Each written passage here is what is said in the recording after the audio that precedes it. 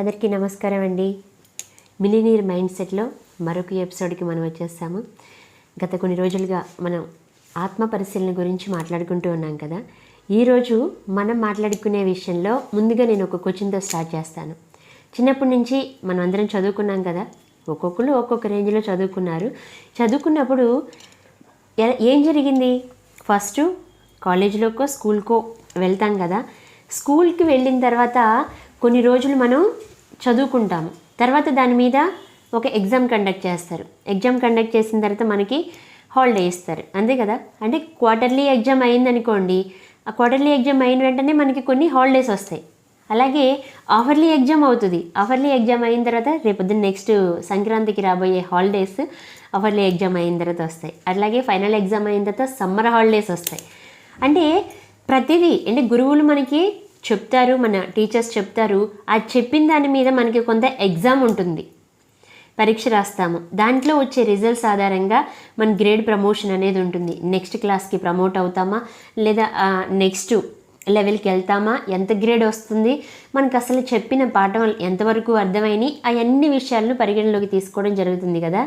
Yes my dear friends, మరి ఆరో విషయం ఏంటి అంటే పరీక్ష.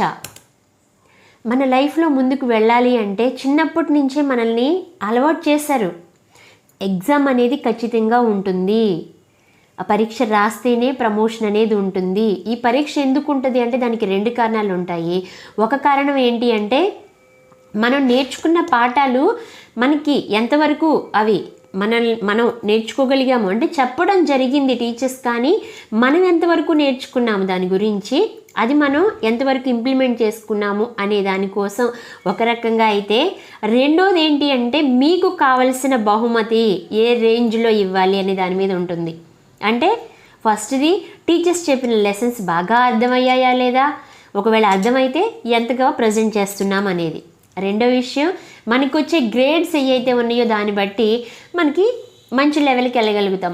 ఫర్ ఎగ్జాంపుల్ ఇప్పుడు ఇంటర్మీడియట్ అయిపోయింది అనుకోండి, ఆ తర్వాత నీట్ అని, జేఈ అని, ఇంకొకటని ఎగ్జామ్స్ రాస్తూ ఉంటారు పిల్లలు. ఎందుకంటే వాళ్ళకు వచ్చే ర్యాంక్స్ని బట్టి వాళ్ళు ఏ కాలేజీలో ఏ యూనివర్సిటీలో వాళ్ళకి సీట్ వస్తుంది అనేది పరిగణించబడుతుంది. దాని ఆధారంగా వాళ్ళు మంచి మంచి కాలేజీల్లో సీట్లు తెచ్చుకుని ముందుకెళ్ళగలుగుతారు. మరి లైఫ్ కూడా అంతే.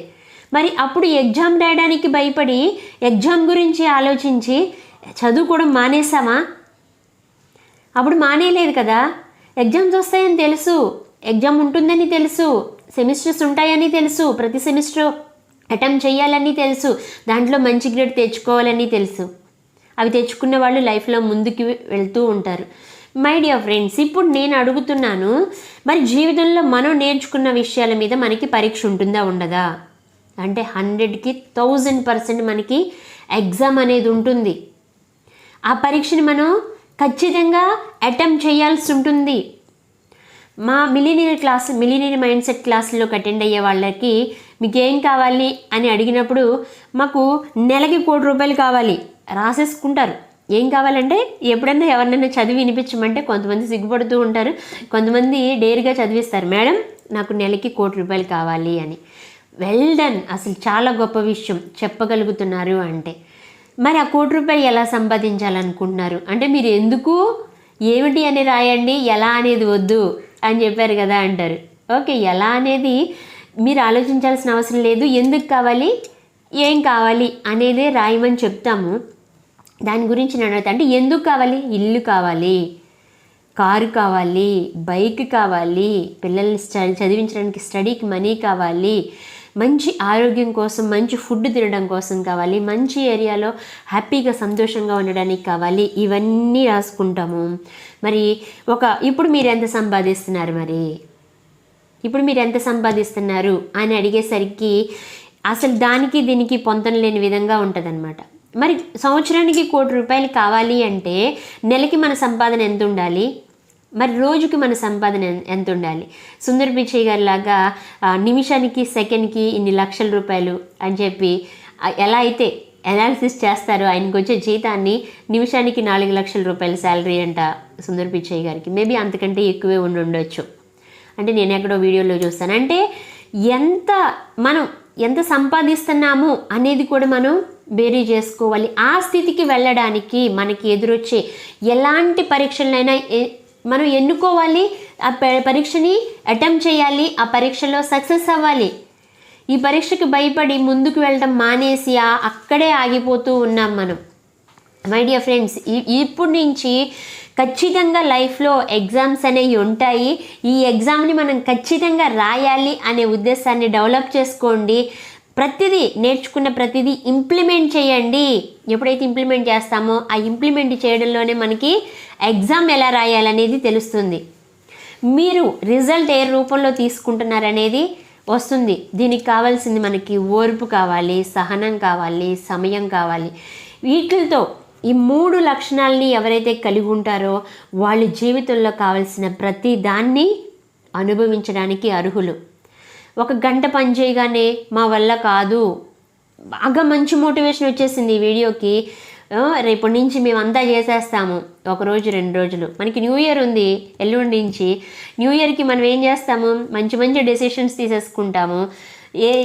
దాంట్లో ముఖ్యంగా హెల్త్ కాన్షియస్ అనమాట, ఫిట్నెస్ కాన్షియస్, ఇవన్నీ తీసేసుకుంటాం. కానీ ఆ జనవరి 5వ తారీఖు వచ్చేంత వరకు అన్ని విషయాలు మర్చిపోతాం. అక్కడ మనకి ఓర్పు లేదు, సహనం లేదు, దానికోసం సమయం కేటాయించట్లేదు.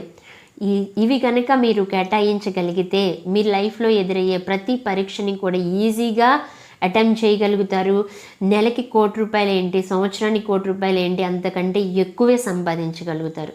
మై డియర్ ఫ్రెండ్స్, మీరు చేయాల్సిందల్లా ఈ ఆత్మ జాగృతిలో ఏదైతే మనం చెప్పుకుంటున్న విషయాలో ఈ బ్లూ ప్రింట్కి సంబంధించి చెప్తున్నామో ప్రతి విషయాన్ని విని మీ జీవితంలో అప్లై చేసుకోండి. వినడం వల్ల విని వదిలేస్తే ఏం జరగదు.